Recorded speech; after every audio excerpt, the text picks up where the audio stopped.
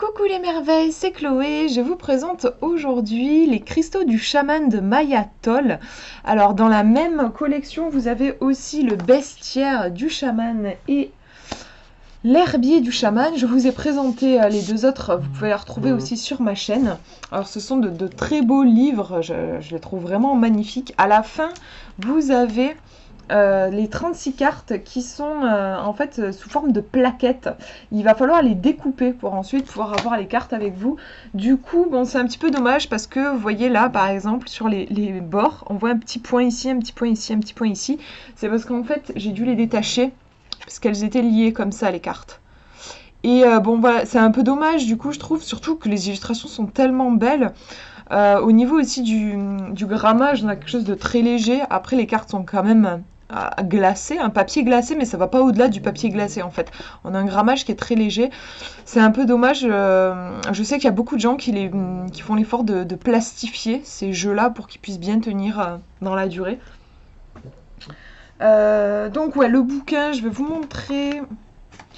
Non, donc, je vous disais, un très beau livre avec un papier glacé, les illustrations en grand, elles sont magnifiques.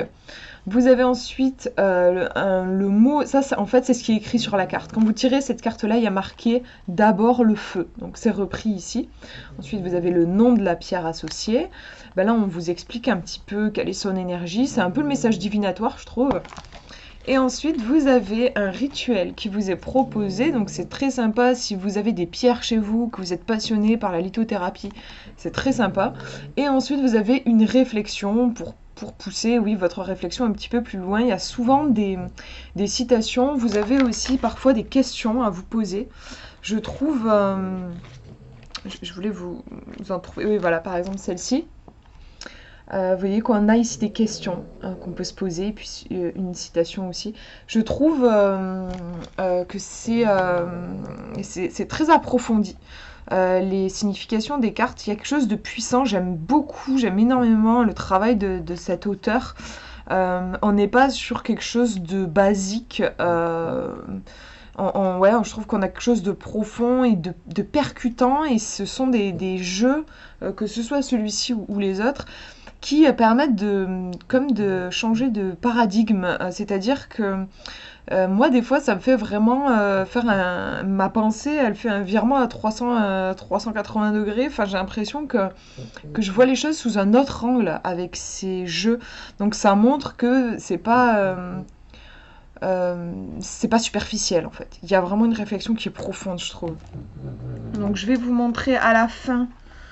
Hop, il y a quelques tirages qui sont proposés. Voilà, on vous explique comment est-ce que vous pouvez travailler avec ces cartes-là. Hein, puis vous avez un exemple de 2 tirages à 2 cartes. Et puis je vais vous montrer du coup les cartes. Donc le dos. Voilà le dos, il est très joli. J'aime beaucoup ces couleurs un peu violet. On voit pas très bien, je trouve, en fait, là. C'est une question de lumière. Je trouve qu'à la caméra, ça ressort pas très bien, mais c'est un beau violet, en fait. Donc voilà, je vous montre les cartes. Donc vous voyez, je vous disais, il y a toujours comment dire, une phrase clé qui est liée à la carte et qui permet du coup d'avoir tout de suite... on sait tout de suite à quoi on a affaire. On n'est pas forcément obligé d'aller consulter le livre. On peut travailler juste avec, par exemple, trouver le chemin du retour. Ok, qu'est-ce que je vois sur la carte? Ben, y a un oiseau qui est en train d'apporter une pierre, une turquoise au nid. Je fais le lien avec trouver le chemin du retour. Je fais le lien avec ma question et déjà je peux avoir ma réponse. Donc au niveau des illustrations, on n'est pas sur une représentation basique de la pierre. On aurait pu avoir par exemple ici juste un quartz clair, ici un péridot. Non, on a vraiment tout un univers qui est retranscrit, qui permet du coup d'utiliser son imagination. Là par exemple, la lépidolite. Je la vois même pas finalement représentée sur cette carte. L'artiste là a choisi de vraiment axer le dessin sur le côté conte de fées, princesse. Elle en parle dans le livre, dans la signification de cette pierre. Il y a ce côté très princesse et du coup elle l'a représentée sous forme de cette licorne.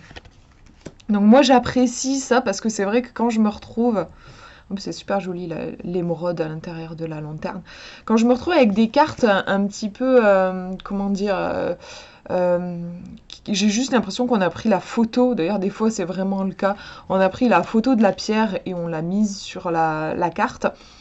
Bah, c'est un petit peu compliqué, je trouve, de faire fonctionner son intuition, à moins de connaître la signification de la symbolique de la pierre, par exemple, on ne peut pas vraiment aller plus loin. Alors que là, on a tout un univers qui est dépeint. On pourrait d'ailleurs même, je pense, raconter des histoires. Les illustrations sont vraiment puissantes hein, sur le plan émotionnel. Enfin, moi, je trouve qu'on les ressent. C'est dommage, après elles sont un peu petites aussi les cartes et en fait des illustrations pareilles, moi j'aurais aimé les avoir en plus grand. Alors après dans le livret pour le coup vous les avez en pleine page. Oula c'est dans quel sens ça? C'est dans ce sens là. Ouais vous avez en pleine page donc ça c'est cool pour le coup parce qu'elles sont tellement jolies que c'est agréable je trouve de les avoir en grand.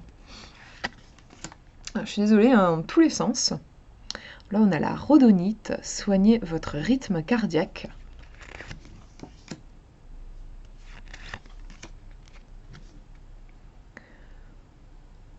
Hop, le rubis, la sélénite.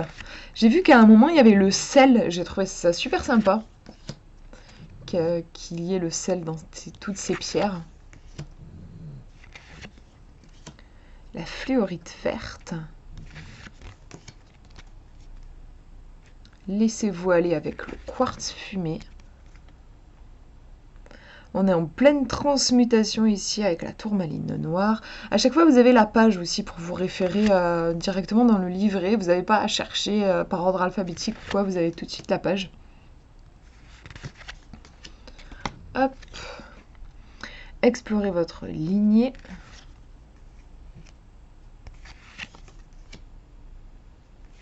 Donc c'est un jeu qui peut beaucoup, je trouve, être utilisé pour faire du développement personnel, du travail sur soi. Après, ça n'empêche pas aussi d'aller voir, visiter des énergies à venir, hein, voir par exemple dans les 24 heures à venir, quelles vont être les énergies. Mais je trouve qu'il est puissant pour le travail de guérison, travail personnel, travailler justement avec ces énergies de la nature. En fait, si vous avez... enfin, moi, je suis super heureuse d'avoir les trois, en fait, parce qu'avec les trois, en plus, vous pouvez les mélanger, enfin, mélanger les trois jeux. Vous avez comme une palette, en fait, des énergies de la nature qui vont se mettre à votre service, qui vont vraiment pouvoir vous offrir sa sagesse. La nature a une sagesse dont on s'est coupé. Et avec ces trois beaux bouquins et jeux, vous avez vraiment de quoi travailler sur vous. Je trouve ça super sympa. En plus, au niveau du prix, c'est à 17,95 €. Donc je trouve que c'est pas exagéré quand je vois le travail fourni vraiment par l'auteur et la beauté des illustrations. Donc voilà pour cette présentation, j'espère que ça vous aura parlé. Je vous fais de gros bisous, prenez bien soin de vous.